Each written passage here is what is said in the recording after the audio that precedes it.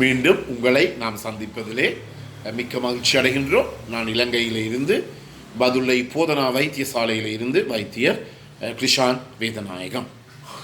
நாங்கள் சிறு பிள்ளைகளுக்கு ஏற்படுகின்ற வயிற்றோட்டம், வாந்தி பேதியை பற்றி பார்த்து கொண்டிருக்கின்றோம். அடுத்ததாக இவற்றினாலே ஏற்படுகின்ற குணங்குறிகள் என்று சொல்லுகின்ற போது என்னென்ன அறிகுறிகள் ஏற்படும் என்றால் அதிலே 4 அறிகுறிகள் மட்டும்தான் இருக்கின்றது. முதலாவதாக வயிற்றை பிரட்டுகின்ற ஒரு தன்மை இருக்கின்றது. அதை நாங்கள் நோசியேட்டிங் என்று சொல்லுவோம், நோசியா என்று சொல்லுவோம். வயிற்றை ஒரே பிரட்டி கொண்டிருக்கும், எண்ணத்தை பார்த்தாலும் சக்தி வருவது போல, வாந்தி வருவது போல இருக்கும். 2வதாக வாந்தி அல்லது சக்தி வரும். 3வதாக வயிற்றோட்டம் ஏற்படும். 4வதாக வயிறு வலி, அதாவது அப்டாமினல் கிராம்ஸ் என்று சொல்லுவோம்.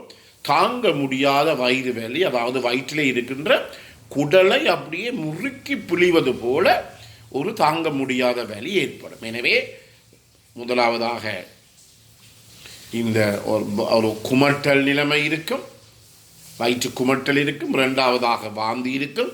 3வதாக வயிற்றோட்டம் இருக்கும். 4வதாக வயிறு வலி இருக்கும். இந்த வயிற்று வலி அப்டாமினல் கிராம்ஸ் என்று சொல்லுகின்ற போது இதிலே இந்த ஒரு வகையான வயிற்று வாந்தி பேதி இருக்கின்றது. அதை நாங்கள் பேசிலரி டிசென்ட்ரி என்ற ஒரு வருத்தம், அது ஒரு பாக்டீரியாவினாலே ஏற்படுகின்ற வருத்தம்.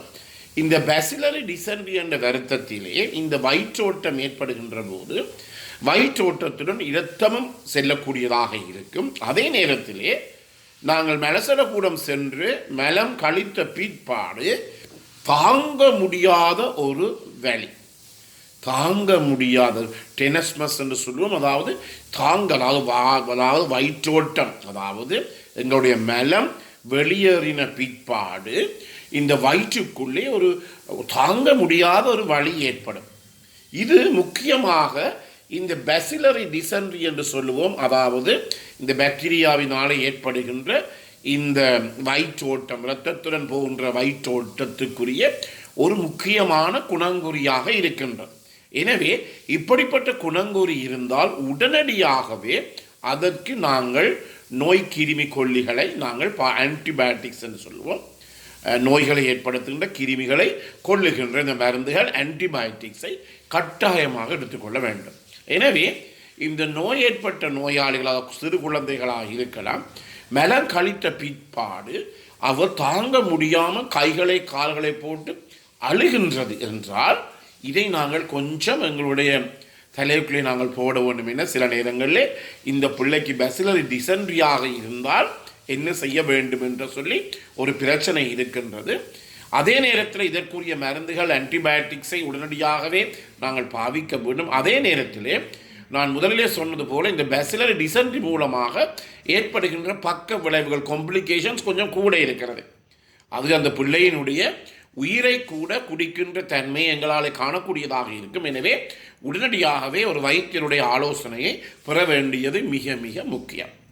அதே நேரத்திலே ஒரு பிள்ளை, அதாவது இந்த வயிற்றோட்டம் ஏற்பட்டிருக்கின்றது, வாந்தியும் ஏற்பட்டிருக்கின்றது, சரி, ஆனால் இந்த பிள்ளை 2 கால்களையும்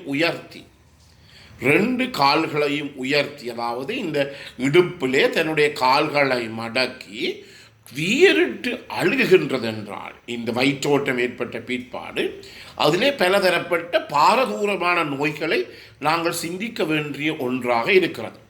நாங்கள் எங்களுடைய இந்த மருத்துவ பீடத்தில் இருந்து வெளியிலே வந்து இந்த உள்ளக பயிற்சியை மேற்கொள்ளுகின்ற போது கொழும்பிலே இருக்கின்ற சீமாட்டி லேடி ரிச்வே ஆஸ்பத்திரியிலே நாங்கள் இந்த உள்ளக பயிற்சியை மேற்கொண்டிருக்கின்ற போது ஒரு பிள்ளை இவ்வாறு தான் பிரச்சனை ஏற்பட்டது.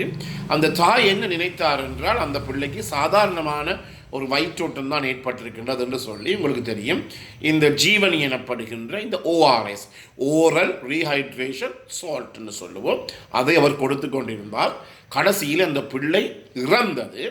முக்கிய காரணம் என்ன? நான் இப்போது சொல்லப்படுகின்ற இந்த குடல் இறக்கம் என்று சொல்ல முடியாது, குடல் ஒன்றுக்குள்ளே ஒன்று பொருந்துகிறது. அதை நாங்கள் இன்டர்செப்ஷன் என்று சொல்லுவோம். குடலினுடைய ஒரு பகுதி குடலினுடைய மெட்ட பகுதிக்குள்ளுக்கே அப்படியே பாம்பு மாதிரி உள்ளுக்குள்ளாலே போகிறது. இதை நாங்கள் இன்டர்செப்ஷன் என்று சொல்லுவோம். இது ஏற்பட்டால் கூட இந்த வாந்தி பேதி, அதாவது வயிற்றோட்டமும் சத்தி அல்லது வாந்தியும் ஏற்படும் சிறுபிள்ளைகளுக்கு. எனவே இதை கொஞ்சம் கவனித்து கொள்ள வேண்டும். அதே நேரத்திலே இந்த நோய் ஏற்பட்டால், இந்த குடல் ஒன்றுக்குள்ளே ஒன்று போய் பொருந்துகின்ற அந்த பிரச்சனை ஏற்படுகின்ற போது மலமானது ரெட் கரண்ட் ஜெலியாக இருக்கும். அதாவது என்னென்றால், அதாவது சிவப்பு கட்டியாக போகக்கூடிய ஒரு தன்மை இருக்கின்றது. இவையெல்லாம் நேரத்துக்கு நேரம் இந்த குணங்குறிகள் எல்லாம் மாறுபடலாம். என்றபடியினாலே இந்த இன்டர்செப்ஷன் எனப்படுகின்ற இந்த குடல் ஒன்றோடு பொருந்துகின்ற இந்த பிரச்சனையை நாங்கள் டயக்னோஸ் பண்ணுவதற்கு இந்த ரெட் கரண்ட் ஜெலி எனப்படுகின்ற மலம் வெளியேற வேண்டும் என்று இல்லை.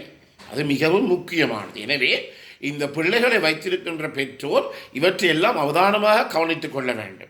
சாதாரணமாக ஒரு வயிற்றோட்டம் வாந்தி பேதி ஏற்பட்டால் 2-3 நாட்களில் எவ்விதமான மருந்துகளும் இல்லாமல் குறைந்துவிடும்.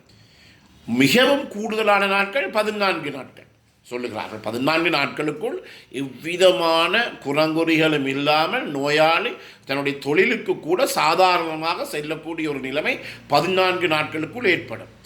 அப்படி என்றால், அதாவது இப்படி பிரச்சனை ஏற்படுகின்ற போது 14 நாட்கள் மட்டும் நாங்கள் பார்த்து கொண்டு இருக்க முடியாது. பிள்ளையினுடைய உயிரை கூட இழக்க ஏற்படும். எனவே குறைந்தது 2 நாள் அல்லது 3 நாள் பார்த்துட்டு, அப்படி குறையாவிட்டால் உடனடியாகவே ஒரு வைத்தியருடைய ஆலோசனை பெறுவது நல்ல. நீங்கள் வீடுகளில் இந்த கை மருந்துகள் என்று சொல்லி போட்டு அப்படி இப்படி கொடுப்பது என்பதை நீங்கள் நிச்சயம் குறைத்து கொள்ள வேண்டும். அடுத்ததாக, ஒவ்வொரு முறையும் இந்த வாந்தி பேதி ஏற்படுகின்ற போது பிள்ளைக்கு இந்த பேசிலரி டிசென்ட்ரி எனப்படுகிற வருத்தம் ஏற்பட்டிருக்கின்றதா என்ற ஒரு சந்தேகம் எங்களுக்கு இருக்கும். அதே நேரத்திலே இந்த பேசிலரி டிசென்ட்ரியிலே நாங்கள் சொல்லுவோம் இரத்தத்துடன் சீதத்துடன் மலம் வெளியேறுவது என்று. ஆனால் சில நேரங்களில் அப்படி கூட எங்களுக்கு தெரியாது. ஏனால் இந்த மலத்துடன் இரத்தம் கலந்திருக்கின்ற போது சரியாக அந்த சிவப்பு நிறத்திலே அது எங்களுக்கு ஒரு தெரியாத தன்மை ஏற்படுகிறது. என்றபடியினாலே இதை நிலையத்தில் நாங்கள் தவற விடலாம், மிஸ் பண்ணலாம்.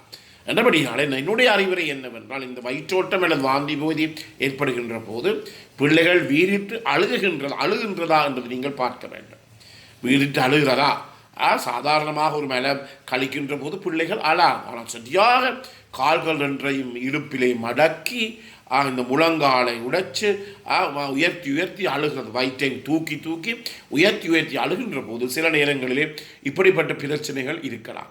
என்றபடினாலே தயவு செய்து உடனடியாகவே வைத்திய ஆலோசனை பெறுவது மிகவும் முக்கியம். கை மருந்துகளை செய்து நீங்கள் பிள்ளையினுடைய உயிருக்கு பாதகத்தை ஏற்படுத்த வேண்டாம். எனவே இந்த நிகழ்ச்சி உங்களுக்கு பிடித்திருந்தால் பார்க்காதவருக்கு அறிமுகப்படுத்துங்கள். இந்த நிகழ்ச்சியை லைக் பண்ணலாம், ஷேர் பண்ணலாம். மணி சின்னத்தை பெல் சைனை அமர்த்தி நீங்கள் இதை சப்ஸ்கிரைப் பண்ணலாம். மேலதிக தகவல் தேவையாக இருந்தால் 0094 777 35 62 45. மீண்டும் உங்களை இன்னொரு நிகழ்ச்சியில் சந்திக்கும் வரை நன்றி, வணக்கம்.